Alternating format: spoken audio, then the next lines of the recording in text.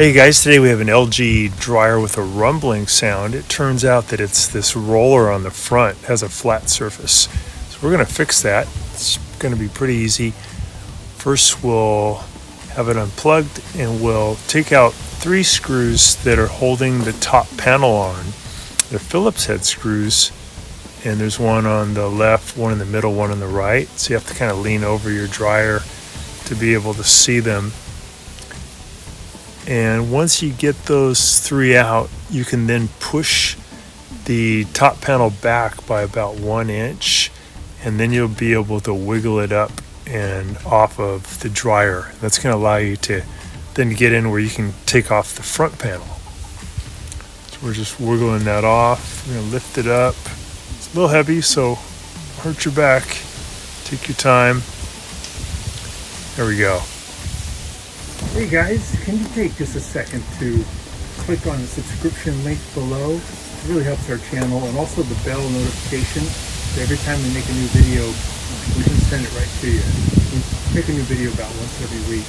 Really appreciate that, and if you give us a thumbs up, it'd be great. Thank you. So we're going to take out a few Phillips head screws here that are holding the top of the control panel in position. It's pretty cool. This whole thing comes apart with a Phillips head screwdriver.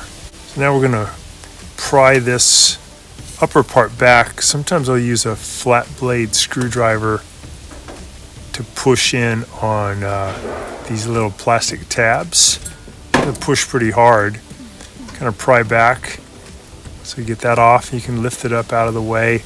And that's going to allow you to get to, I think it's 4 this time, 4 Phillips head screws that are holding the top of the front panel in position. Sorry, the camera didn't get it, but they're right there at the top of the front panel. You have to kind of push the control panel up a little bit out of the way, like right here. You zip those out. And then there's going to be a few more located over by the door. So we'll open up the door. We got these guys down here at the bottom. Get those out. And now I'm going to pull back on the top of the front panel, and I'll be able to disconnect this door switch. So be careful of this sharp metal. Take your time, kind of wiggle that back.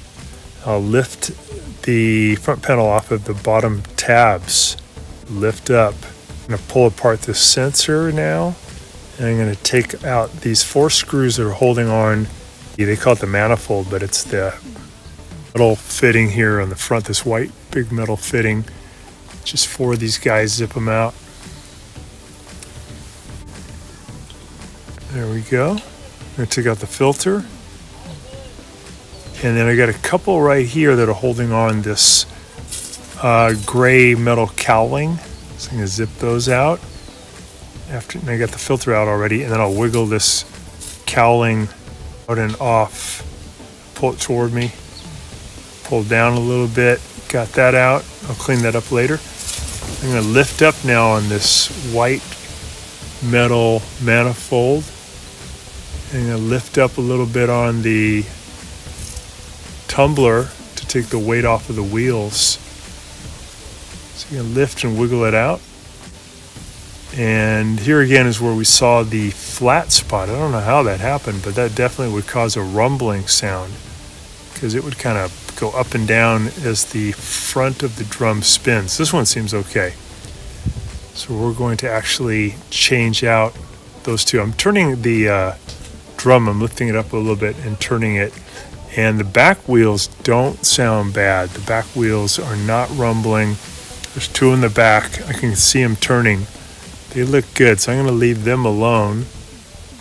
And I have a link in the description below for this part. Pretty cheap. So I'm going to pry up with my flathead screwdriver on this plastic retainer that's holding the support wheel into position. So I'm going to kind of wiggle it out, lift up. Bigger bladed flathead screwdriver actually makes it easier. This one's kind of a medium, but a bigger one's better. Off. Now you can pull the wheel straight off. This is the bad one. You want to clean up this metal post these metal posts that hold on the wheel, they typically do not get messed up. You typically do not have to replace them. But the metal bearing surface of the wheel itself often gets messed up, wears out, gets kind of sloppy. And in this case, in a weird way, the rubber part of the wheel is what got messed up. This goes on there nice, spins good. I'm going to push down on a new retaining clip that came with the wheel assembly. Should use a new one. We're using the old ones okay, but better to put on a new one. I'm doing the other wheel the same way. Put that on, put the new clip on, push it down, it clicks into a slot. Yeah, that's good. So we got the repair part of it done, and now I'm just going to clean up this blower wheel. Sometimes you get lint caught in there. I reach in and clean out any kind of lint that I see just sitting around. That lint's pretty flammable, and if it builds up a lot, it can cause a dryer fire. This one has just very minimal amount, but good to get it out of there while you got it open. So we'll go ahead and put the manifold back up in there. I'm going to push in the top part, and you can kind of see it's coming up behind. This white metal is coming up behind this gray metal piece. Slipping it up in there, and then I'm going to line up these top, go in the little slots really nice. Makes it easy. And I'll lift up a little bit on the drum to get it to sit up on those new wheels, and then I can push in the bottom part like I did at the top. Wiggle those in, get them to sit nice and flat.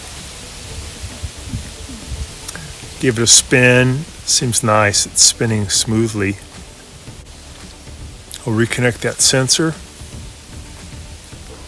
Get that connection tight. So while I have this open, let's clean up all that cowling. Let's get all the crud out of there. That's a common place where stuff builds up without removing this whole thing from the dryer by just taking out your filter, reaching in there, or you can get a cleaning brush that helps to break it loose too. But it does help so that you have better airflow, and dryers are all about airflow. If you have it all clogged up, it takes a lot longer to dry the clothes. So now I'm going to just push this cowling back up into position, and I'll add those two screws that hold it in. Just want to get it as clean as possible first.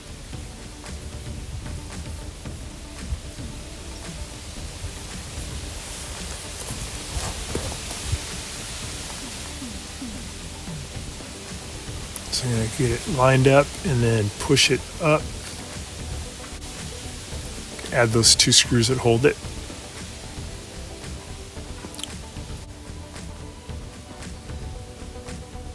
Looks good. So I'm putting in a couple more of those screws that hold on that manifold, that front panel. Got all four in there. Looks good.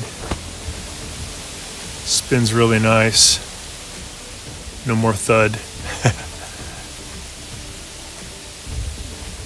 Okay, I'll put the filter back in. Put the front panel back on. I'm going to set it down on the two bottom clips. Take your time there. Make sure it sits down. Bring in the top part. I got to reconnect this door switch, but the control panel is kind of in the way, so I'm going to lift up a little bit. Gives me more room for my hands to do the reconnection. Again, be careful of the sharp metal. Push that in, get it in nice and tight. That's good. I'll go ahead and put in the top of the front panel now, get it to sit nice and flat, and add those four Phillips head screws that hold it in.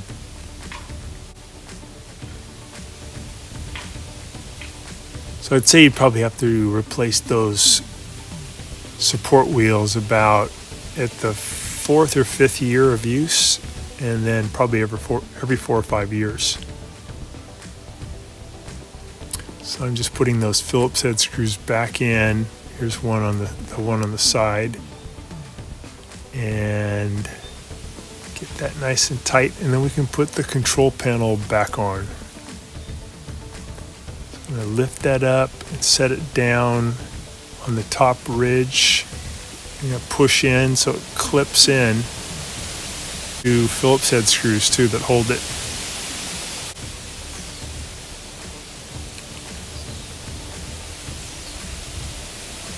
Some of these models also have a light on the inside that you have to disconnect and then reconnect as you put this all back together. So some models don't have it.